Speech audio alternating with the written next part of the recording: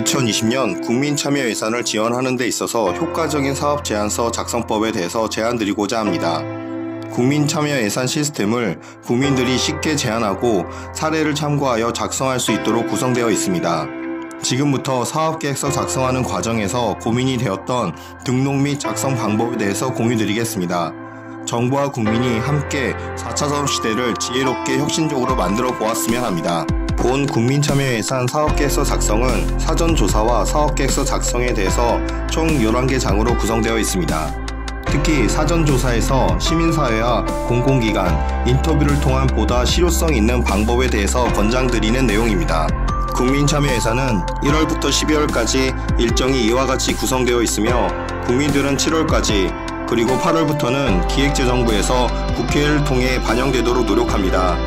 정부, 국회, 국민 모두가 1년이라는 시간 동안 심도 있게 검증 과정을 통해서 2021년에 정부의 예산에 반영됩니다.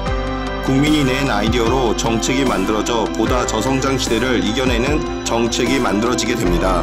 첫 번째로 해야 하는 것이 바로 국민참여 예산의 정책 제안을 위한 공동체를 구성하는 것입니다. 혼자 하는 것보다 자료조사 및 다양한 관점에서 협치된 정책으로 제안됩니다. 공동체 구성으로는 거주민, 시민사회, 공공기관 관계자들이 참여 가능하며 각 분야의 경력을 가진 분들이라면 효과적인 제안서가 연결될 수 있습니다.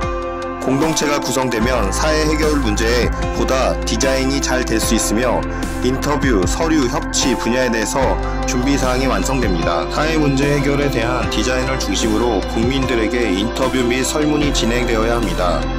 문제 범위 설정은 6가지를 포함한 내용이어야 하며 이를 명시한 내용을 중심으로 시민사회 인터뷰가 진행됩니다. 온라인 혹은 오프라인에서 설문조사는 시민 모임, 온라인 커뮤니티를 통해서 인터뷰가 진행됩니다. 이때 주의해야 하는 것은 인터뷰 과정에서 개인정보 관련 부분은 사전 동의를 반드시 받으셔야 합니다. 제안하고자 하는 담당 공공기관 관계자분들에게 행정사례 및 적용 시 유의사항에 대해서 문의하는 것을 권장합니다. 공공기관 관계자들은 국민을 상대로 하는 자리다 보니 갑작스러운 민원에 바로 답변이 어려울 수 있습니다. 공무원과 소통 시 유의사항 5가지를 중심으로 설명해야 하며 시민 인터뷰 내용과 사회문제 해결에 대한 디자인 자료를 사전에 제공하는 것이 중요합니다. 전화 인터뷰를 통해서 진행 시 통화 가능 시간에 대해서 확인이 필요하며 방문 시 사전 자료 제공이 되어야 효과적인 소통이 가능합니다. 최종적으로 2가지가 어려운 분들은 국민신문고를 통해서 근거 자료를 첨부하고 순차적으로 질문을 통해서 정확한 답변이 가능합니다. 제안자의 아이디어가 해외에서 유사하게 진행되어 성과가 나왔다면 제안서가 보다 설득력이 높아집니다. 해외 사례는 1번부터 6번처럼 국제기구, 언론사, NGO, 학계를 통해서 방법으로 찾아볼 수 있습니다. 이와 같은 자료에 나온 해외 담당자에게 인터뷰를 받아본 내용을 스캔하여 근거로 활용할 수 있습니다. 해외 로이터와 같은 통신사, 언론 보도 및 학술 자료는 제안자의 아이디어를 보다 지속 가능한 사업으로 설득하는 데 중요한 역할이 될 수 있습니다. 2020년 국민참여예산 홈페이지에서 크게 3가지 방식으로 제안서를 작성하여 신청이 가능합니다. 제안자들이 맞춤형으로 인터넷 등록 및 한글 파일로 제출이 가능하며 제안 과정을 단계적으로 작성 방법까지 확인하며 최종 제출이 가능한 모의 사업 제안 기능도 있습니다. 제안 과정에서 발생하는 다양한 오류를 방지하기 위해 저장과 수정이 가능하도록 되어 있어 중간에 파일이 날아가지 않도록 홈페이지에서 수시로 저장하는 것이 중요합니다. 홈페이지에 직접 등록하는 신청 방법의 경우는 제안명, 제안 배경, 제안 내용, 기대효과 등의 글자 수가 정해져 있으며 초과 내용에 대해서 파일 첨부를 통해서 보충하도록 제언하고 있습니다. 모의사업 제안 경우는 제안명 작성부터 기대효과까지 작성 요령 및 단계적으로 놓치는 것이 없는지 일일이 확인해주는 기능이 있어 처음 이용자들에게 편의성을 제공합니다. 한글 파일 신청 방법은 일반 신청 화면에서 파일을 다운로드 받을 수 있습니다. 일반 신청 방법과 달리 글자 수 제한이 없으며 이미지 삽입이 가능하여 보다 설득력 있는 자료 제공이 가능하다는 점입니다. 지금부터는 제안서 작성 방법에 대해서 세밀하게 짚어보기로 하겠습니다. 제안 배경은 크게 참여 동기 및 사회 이슈 2가지로 작성하는 것이 중요합니다.